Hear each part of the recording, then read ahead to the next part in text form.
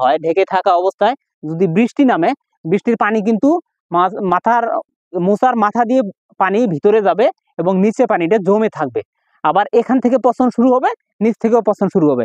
তারপর দেখবেন এই যে এইরকম ভাবে পচন থেকে শুরু করে গাজন প্রক্রিয়া তৈরি হয়, এখান থেকে গাছ বের হবে।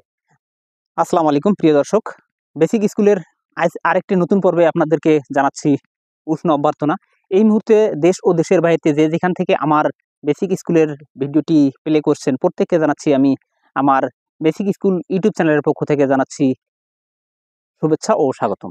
আজ আমি আপনাদের সাথে কথা বলবো এই ভুট্টা শুকানো সম্পর্কিত আরেকটি নতুন একটি ভিডিও নিয়ে আমি হাজির হয়েছি।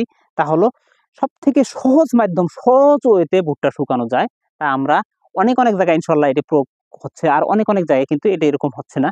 যেমন আমার এই অঞ্চলে, আমাদের এই উত্তরবঙ্গে বেশিরভাগ অঞ্চলেই এরকম ভাবে কাঁচা ভুট্টা, এই যে দেখতে পাচ্ছেন, এই কাঁচা ভুট্টাগুলো উঠাবে, হয়তোবা এটা আজ নয় কাল পরশুর মধ্যে এগুলো উঠাবে, উঠে বাড়িতে নিয়ে গিয়ে রোদে মেলে দেওয়া হবে। তারপর যদি দেখা গেল আকাশে মেঘ হয়েছে, বৃষ্টি হচ্ছে, আবার ওটাকে ঢেকে রাখা হবে। আবার বৃষ্টি থেমে গেল, তখন আবারও রোদে মেলে দেওয়া হবে। এখানে কিন্তু অনেক বেশি পরিশ্রম, যা আমি নিজেও করেছি। এটা কিন্তু অনেক বেশি পরিশ্রম এবং অনেক বেশি খরচের প্রয়োজন। কারণ এই কাঁচা ভুট্টাগুলো যখন আপনি বাড়িতে নিয়ে যাবেন, 3 থেকে 5 দিন রোদ দিতে হবে। রোদ দেওয়ার পর একটু ময়েশ্চারাইজ যখন কমে যাবে, তারপর ভুট্টা হারভেস্ট করা হবে, মাড়াই করা হবে। মাড়াই করার পরে তারপর আবার 3 থেকে 4 দিন ব্যাপী আবারও রোদে শুকাইতে দেওয়া হবে। এরকম কিন্তু প্রসেস। এটি কিন্তু অনেক বেশি খরচ এবং অনেক বেশি পরিশ্রমের কাজ। তাই অনেকেই কিন্তু রাগ করে ভুট্টা চাষ করা বন্ধ করে দিয়েছেন। কি কারণ? অনেক বেশি পরিশ্রম। তাই আমি আপনাদেরকে বলবো, ভুট্টা একদম সব থেকে কম পরিশ্রমের একটি ফসল হলো এই ভুট্টা, যা এটা আপনার বাড়ি পর্যন্ত নেওয়ার প্রয়োজনই পড়বে না। আমি এরকম একটি প্রসেস আপনাদেরকে দেখিয়ে দেবো। কারণ আপনি পাট বলেন, ধান বলেন, গম বলেন, সরিষা, চীনা, সবগুলোই কিন্তু আপনার ঘরে নিয়ে বাড়িতে গিয়ে শুকাতে হয়।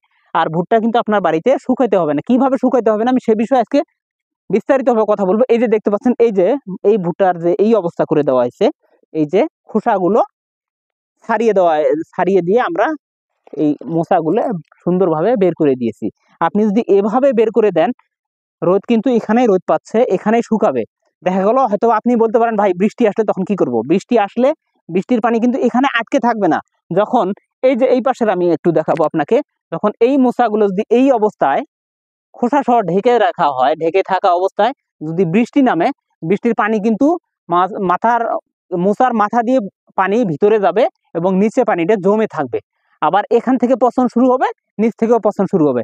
তারপর দেখবেন এই যে এইরকম ভাবে পচন থেকে শুরু করে গাজন প্রক্রিয়া তৈরি হয়, এখান থেকে গাছ বের হবে। যখন গাছ বের হবে, এমনকি ভুট্টাগুলো কালো হবে, এরকম কালো হবে, আপনি কিন্তু তখন মার্কেটে দাম পাবেন না ভালো, আপনার মার্কেট খারাপ হয়ে যাবে। আর যদি আপনি এরকম ভাবে দিয়ে রাখেন, এরকম ভাবে যদি খোসাগুলো যদি এড়িয়ে দেন, তাহলে কিন্তু আপনার ভুট্টার ভিতরে পানি জমে থাকবে না, বৃষ্টির পানি গায়ে লাগবে। ভুট্টা কিন্তু খুব একটি পিচ্ছিল জিনিস, এর গায়ে কিন্তু পানি কখনো ধরে থাকে না। হয়তোবা বৃষ্টি থেমে গেছে, আবার রোদ উঠছে, রোদে এখানে শুকাবে। হয়তো আপনি বলবেন যে ভাই আমরা এইভাবে কয়দিন শুকাইতে পারবো? আপনাকে আমি এটা বলবো, আপনি যে এই গাছগুলো যে কয়দিন দাঁড়িয়ে আছে, এই স্ট্যান্ড অবস্থায় গাছগুলো যে কয়দিন থাকবে, আপনি এই কয়দিন ব্যাপী এখানে শুকাইতে পারবেন। এর থেকে আপনাকে আর উঠাইতে হবে না। যখন দেখা গেল আপনি মনে করছেন যে আমার ভুট্টাগুলো সম্পূর্ণ শুকিয়ে গেছে, এখন আপনি মাড়াই করতে পারবেন মেশিনে, সমস্যা হবে না। তখন আপনি উঠাইয়া মেশিনে মাড়াই করে সর্বোচ্চ 1 দিন আপনি রোদ দিতে পারেন। আর যদি না দেন, তারপরেও কিন্তু আপনি বিক্রি করতে পারবেন। তাই যদি আপনি এত কম পরিশ্রমের একটি ফসলকে যদি আপনি বেশি পরিশ্রমে নিয়ে যান, তাহলে ছোট্ট একটি গল্প বলবো। তা হলো, ওই অভাবের সময় যখন আমন ধানের আবাদ হতো, আউশ ধানের আবাদ হতো, এক সময় আউশ ধান হয়নি, আমন ধানের সময় এক ব্যক্তি খুব অভাবে পড়ে গেছে। ছোট্ট একটু 1 মিনিটের গল্পটা শেষ করব। দেখা গেল এক ভদ্রলোক, তার অনেকগুলো জমি, কিন্তু তার হঠাৎ করে সে অভাবে পড়ে যায় বাজারে গেছে ধান কেনার জন্য। এখন সে ব্যক্তি কি করছে, সে ধান কিনবে, হলো 2 মণ ধান কিনবে। 2 মণ ধান কিনতে গিয়ে সে 1 মণ ধান পাইছে। এখন সে ব্যক্তি চিন্তা করে, 1 মণ ধান আমি কিভাবে নিব? তখন 1 মণ ধান এক পাশে নিছে, আর এক পাশে মাটি নিয়ে 2 মণ একটা সে বোঝা তৈরি করে কাঁধে করে নিয়ে আসতেছে। আবার পথিমধ্যে হঠাৎ করে এক গরিব মানুষের সাথে দেখা। গরিব মানুষ জিজ্ঞেস করলো, ভাই কি নিছেন? তখন ওই ব্যক্তি বললো যে, ভাই আমি ধান কিনতে গেছি 2 মণ, 1 মণ ধান পাইছি, আর 1 মণ ধান পাইনি, তার কারণে আমি আর পাশে মাটি নিয়ে 2 মণ একটা বোঝা তৈরি করে নিয়ে কাঁধে করে নিয়ে আসতেছি। তখন ওই গরিব লোকে তাকে বললো, ভাই আমি আপনাকে একটা সহজ একটা পরামর্শ দেই, তাহলে কি মাটিটা ফেলে দেন, ফেলে দেখি ওই ধানগুলো 2 পাশে নেন, 2 পাশে করে নিয়ে আপনি খুব আরামে যাইতে পারবেন। যখন লোকটি তার কথা শুনে একটু পদ্ধতি করে তখন দেখলো কি যে না একটু তো আরাম পাইলাম। আরাম পাওয়ার পরে তখন ওই ব্যক্তি তখন কি করলো, তখন চিন্তা করলো না আসলেই কম পরিশ্রমের থেকে না বেশি পরিশ্রম করার থেকে কম পরিশ্রম করে যদি ভালো ফসল পাওয়া যায় তাহলে এটাই অনেক ভালো বুদ্ধি।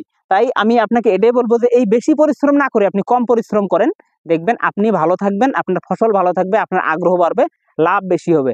দর্শক আজ এ পর্যন্ত। যদি আমার ভিডিওটি আপনার ভালো লেগে থাকে, আমার আরো অনেক অনেক ভিডিও দেওয়া আছে, আপনি তাই আপনাকে আমি আমন্ত্রণ করবো আমার ভিডিওগুলো দেখার জন্য। যদি আমার ভিডিওগুলো আপনার ভালো লেগে থাকে অবশ্যই আপনি আমার চ্যানেলকে সাবস্ক্রাইব করবেন। ধন্যবাদ।